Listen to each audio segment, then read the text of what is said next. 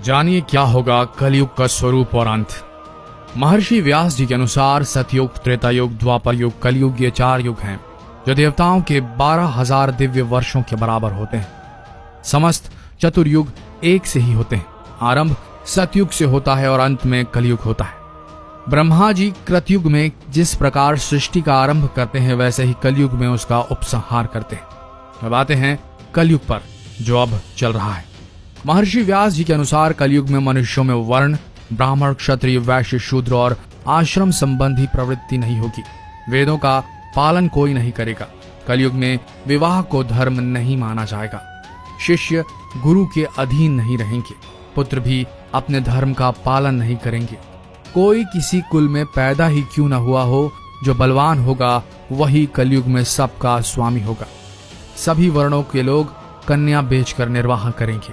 कलयुग में जो भी किसी का वचन होगा वही शास्त्र माना जाएगा।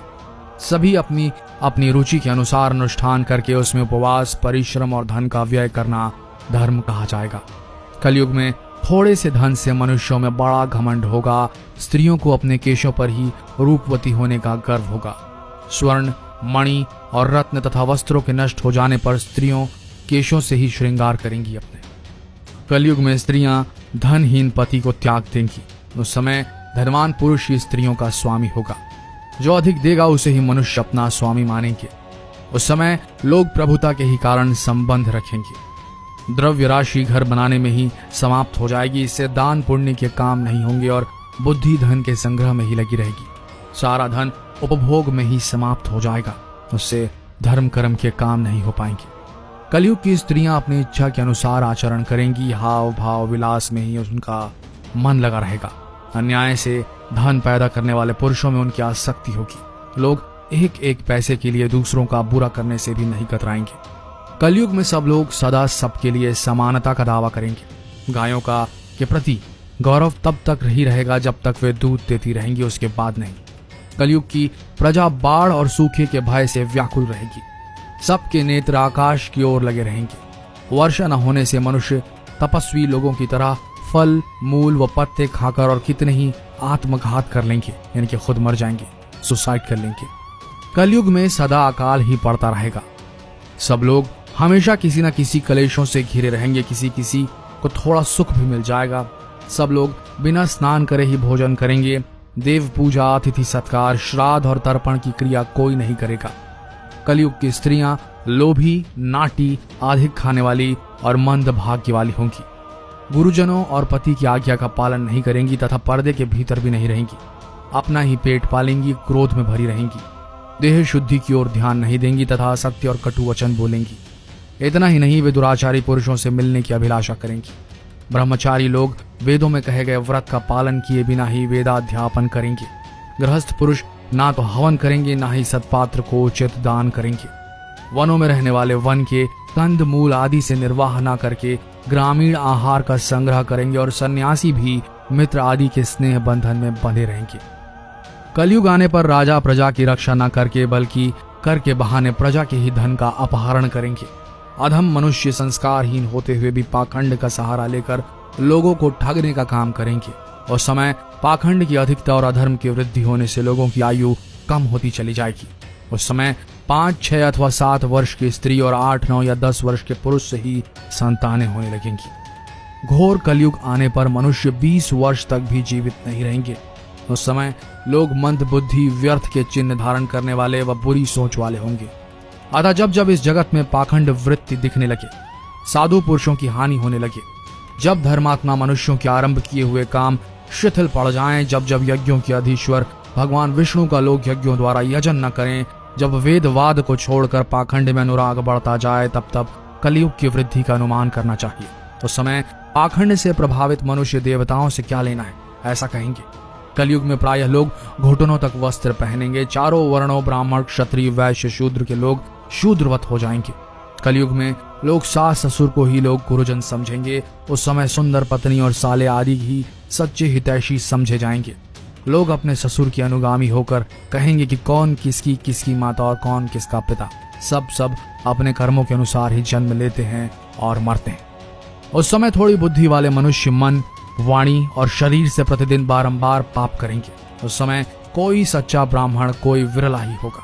कलयुग में समय चोर राजा जैसा बर्ताव करेंगे और राजा चोरों का सा बर्ताव करेंगे। सबको धन की ही अभिलाषा होगी। स्त्रियां 16 वर्ष की आयु के पहले ही मां बन जाएंगी। स्त्रियां धन लेकर पराये पुरुषों से समागम करेंगी। शूद्र तो वक्ता होंगे और ब्राह्मण चंडाल हो जाएंगे। गांवों की संख्या घटेगी और साधुओं के स्वभाव में भी परिवर्तन होने लगेगा। कोई धर्म का पालन नहीं करेगा। भूमि बंजर होने लगेगी। पुत्र पिता के धन को उनकी आज्ञा के बिना ही हड़प लेने की चेष्टा करेंगे और इसी कारण से एक दूसरे के विरोधी बने रहेंगे। जो शील और सदाचार से भ्रष्ट है ऐसे लोग सुखी रहेंगे। युगांत काल में परलोक संदेह का विषय बन जाएगा। कोई किसी से बंधु बांधव का नाता नहीं रखेगा।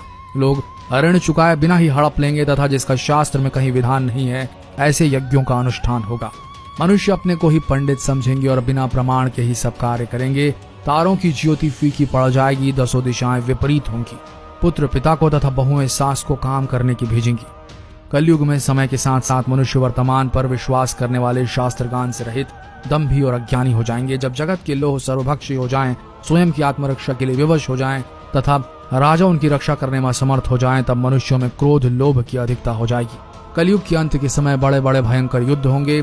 भारी वर्षा, प्रचंड आंधी और जोरों की गर्मी पड़ेगी। लोग खेती काट लेंगे, कपड़े चुरा लेंगे, पानी पीने का सामान और पेटियां भी चुरा लेंगे। चोर अपने ही जैसे चोरों की संपत्ति चुराने लगेंगे। हत्यारों की भी हत्या होने लगेगी। चोरों से चोरों का नाश हो जाने के कारण जनता का कल्याण होगा। युगांत काल में मनुष्यों की आयु अधिक से अधिक 30 वर्ष की होगी। लोग दुर्बल, क्रोध, लोभ तथा बुढ़ापे और शोक से ग्रस्त होंगे। उस समय रोगों के कारण इंद्रियां क्षीण हो जाएंगी।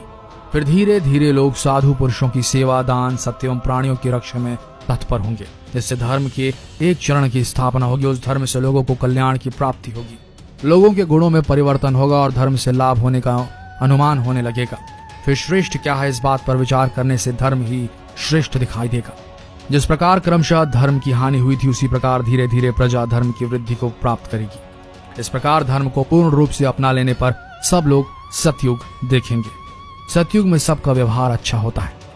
धर्म, अर्थ, काम और मोक्ष के साधन, देवताओं की प्रतिक्रिया, पुण्य एवं शुभ आशीर्वाद तथा आयु ये प्रत्येक युग में अलग अलग होते हैं। युगों के परिवर्तन भी चिरकाल से चलते रहते हैं।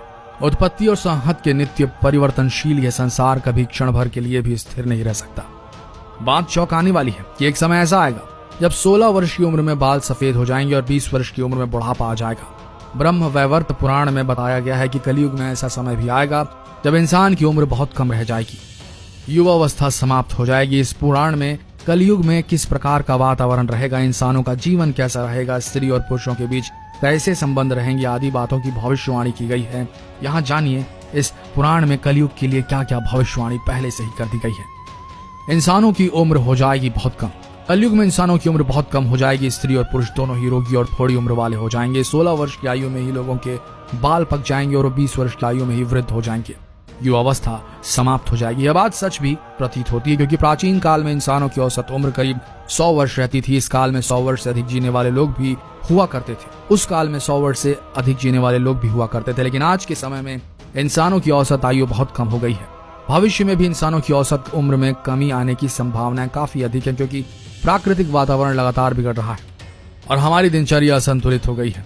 पुराने समय में लंबी उम्र के बाद ही बाल सफेद होते थे, लेकिन आज के समय में युवा अवस्था में ही स्त्री और पुरुष दोनों के बाल सफेद हो जाते हैं। जवानी के दिनों में बुढ़ापे के रोग होने लगते हैं। पुरुष होंगे स्त्रियों के अधीन। भगवान नारायण ने स्वयं नारद को बताया है कि कलयुग में एक समय ऐसा आएगा जब भी सभी पुरुष स्त्रियों के अधीन होकर जीवन व्यतीत करेंगे। हर घर में पत्नी ही पति पर राज करेगी। पतियों को डांट डपट सुननी पड़ेगी। पुरुषों की हालत नौकरों के समान हो जाएगी। गंगा भी लौट जाएगी बैकुंठ धाम। कलयुग के 5000 साल बाद गंगा नदी सूख जाएगी और पुनः बैकुंठ धाम लौट जाएगी।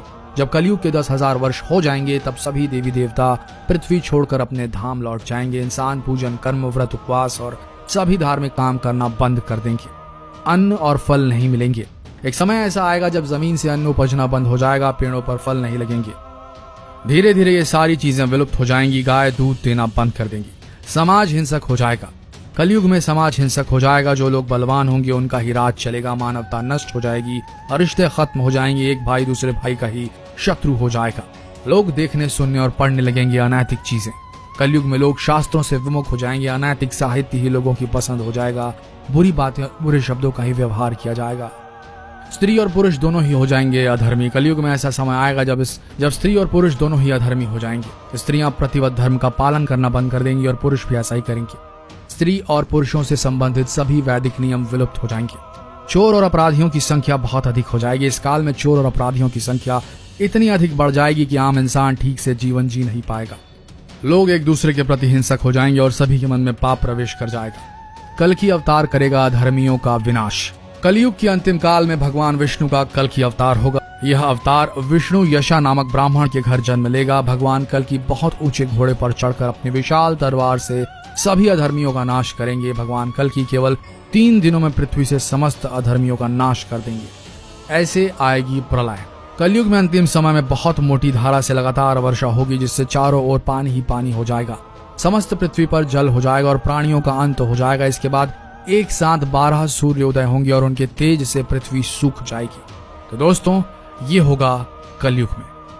तैयार हो जाइए, क्योंकि ये वक्त पास आ चुका है। अगर आपको अब भी इन लक्षणों को देखकर 1% भी आपके मन में संशय है कि ये नहीं चल रहा है पृथ्वी का अंत, तो आप बहुत बड़ी गलत फहमी में जीवन बसर कर रहे हैं। अभी समझ जाइए, अभी भी वक्त है। खुद संभालिए, अपनी समाज को संभालिए, इस मानव जाति को संभालिए, क्योंकि वो वक्त दूर नहीं जब हम सब उसी कतार में खड़े रहेंगे जहां से सिर्फ नर्क और नर्क के दरवाजे ही खुलेंगे हमारे लिए। किसी तरीके से बचा लीजिए अपने समाज को, अपने धर्म को, अपने देश को, अपने विश्व को। और हो सके तो ये जो बताई गई हैं बातें, इन्हें शेयर करें, ताकि लोग इन चीजों से अनभिज्ञ ना रहें, इन चीजों को इग्नोर ना करें, इन्हें छोड़े ना, इन्हें देखकर भी अनदेखा करने की कोशिश न कर पाएं, क्योंकि ये जरूरी है हम सब के लिए कि हम सही राह चुनें। अन्यथा कलयुग तो चल ही रहा है और पृथ्वी का अंत होना ही है। कैसे होना है ये हम सब पर निर्भर करेगा। शेयर कीजिए इस वीडियो को, ताकि लोग अनभिज्ञ न रहें अपने भविष्य से। और हो सके तो इस पेज को फॉलो करना ना भूलिए, क्योंकि यहाँ पर सिर्फ ज्ञान परोसा जाता है और कुछ नहीं। धन्यवाद।